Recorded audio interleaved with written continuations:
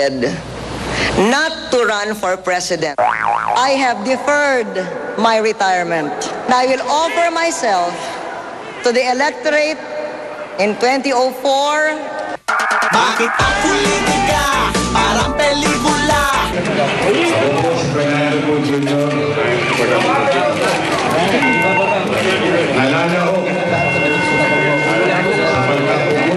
May pagkakaparehong at may pagkakaiba. Ang dami-daming kwento, puno ng intriga. Nanonood ka man, Chris, sa lahat na naging pagkakamali ko, patawarin mo na ako. May action pa ang drama, ang showbiz politika. Stop the war! Not peace! Ay, not peace! Ay, not peace! Tawanan at iyakan, hindi man iniwasan. Parehong makukulay ang mundo dinadaan. Spaghetti pababa, pababa ng pababa. Spaghetti pataas, We got him. pataas. Showbiz at politika, bumababa, tumataas. Showbiz at politika, bakit laging bumababa, tumataas? Politika at pelikula! May pagkakaiba nga ba?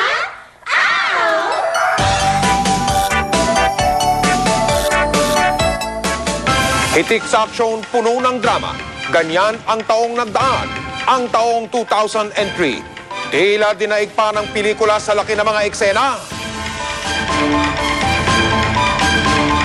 Mapa-national o showbiz issue, makapigil hininga. Talagang aabangan mo ang susunod na mga kabanata.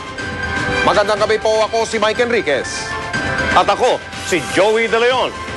Tunghayan ang mga kontrobersyang bumulaga sa atin itong nagdaang 12 buwan. At saksiyan ang mga balitang hindi namin tinantanan dito sa politika. Pelikula at iba pa.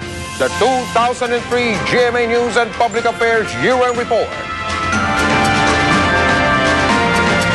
Nang-aasar talaga ang mga terorista. Muli nilang binulabog ang lungsod ng Davao nang pasabugin ang passenger terminal ng Sasa Wharf. American and coalition forces are in the early stages of military operations to disarm Iraq. Binalot muli ng takot ang Asya. Hindi dahil sa mga terorista, kundi sa nakamamatay na sakit na SARS. Daming kwento, puno ng intriga. May action pa ang drama, ang show natin ha? Lights, camera, action! Paghahasik ng lagim ng mga terorista, digmaang bansa sa bansa, at gerang artista kontra artista. At pagluluksa matapos kumalat ang isang nakamamatay na sakit sa Asya. Ilan lamang yan sa mga pangyayari sa unang bahagi ng taon na sama-sama nating hinarap. Mati tayo, di ko action movie to. Star Olympics lang ito, recharging Goy LQ.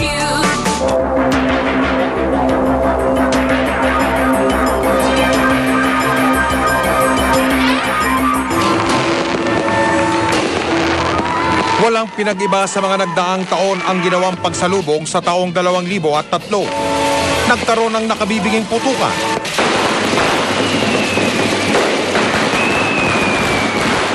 Pero ilang linggo na ang nakararaan, may putukan pa rin.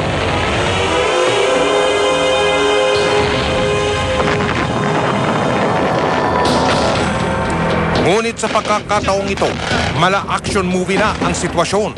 Dumanak ang dugo, may mga nasugatan, may mga namatay. Ang kontrabida, mga terorista.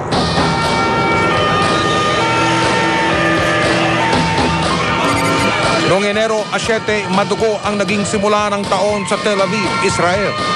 Dahil sa suicide bombing, 23 ang namatay, mahigit 100 ang nasugatan. Kabilang dito ang 4 na Pilipino.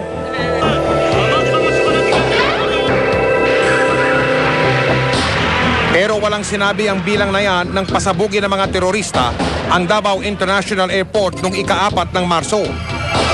Tinatayang isa ito sa pinakagrabing pagpapasabog sa loob ng 3 taon. Mahigit 23 ang patay at 153 ang nasugatan. I am also constituting an independent commission to investigate the Davao bombing.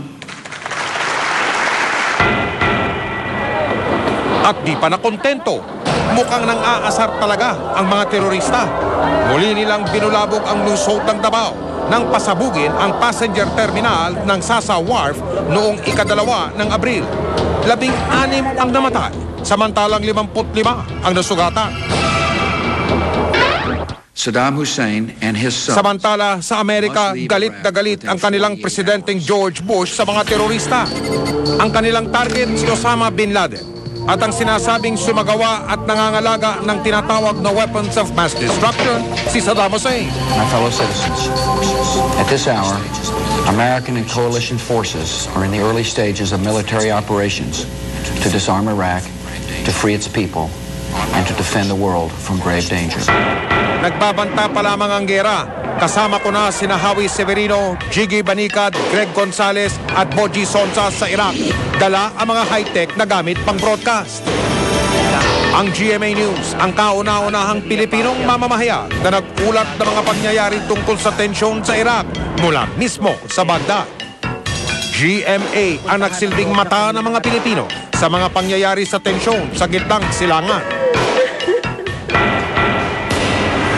Isa't kalahating buwan matapos umatake ang puwersa ng koalisyon, idineklara ni Pangulong George Bush na tapos na ang gera laban sa Iraq. Major combat operations in Iraq have ended. In the Battle of Iraq, the United States and our allies have prevailed.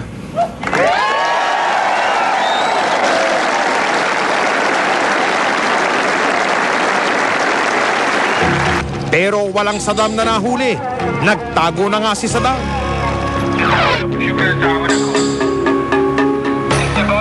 Ladies and gentlemen, we got him.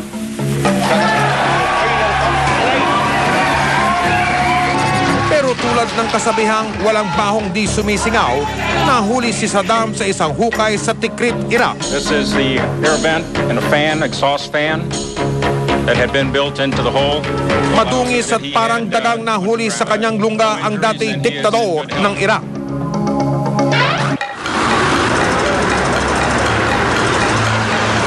Buwan ng Marso, binalot muli ng takot ang Asya.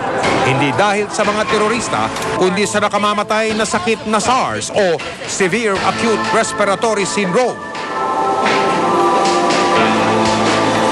Pinatay ng SARS ang ilang residente ng Hong Kong, China, Singapore at Canada. Hindi rin nakaligtas ang mga kababayan natin doon. Una si Adela Dalinga, isang overseas worker sa Hong Kong. Sumunod si Adela Catalon, nurse sa Canada. At 2 pang Pinoy na nakilala lamang sa mga letrang CY at JP. Hindi lang sa SARS natakot si Juan de la Cruz. Pati sa kanilang inuming tubig, natakot ang mga tiga Quezon City. Paano ba naman nahulog si Randy Diaz sa tinatawag na ventilation chamber ng Manila Water sa Quezon City? Ano nga ba ang gagawin mo kapag may makita kang buhok at balat ng tao na lumalabas sa inyong gripo? Buti na lamang matapos ang 2 linggong paghahanap, natagpuan sa isang pipeline ang bangkay ni Randy. Araw na mga puso ng taong ito nang magdesisyon na ang Department of Justice sa kaso ng pagpatay kay Nida Blanca. Pero nitong isang ito, ibit niya si... So it was a head. Tentacle foul was called. Eh, susugi ni Kaloy. Bayan, we come in from behind. Tulak lang naman yan. Tutulak niya yan. And then there. Pero ano pa nga ba? Ang kwentong showbiz sa happy ending rin na uli. We have settled our differences. Next year, kami na magkakampi sa Olympics para wala ng gulo.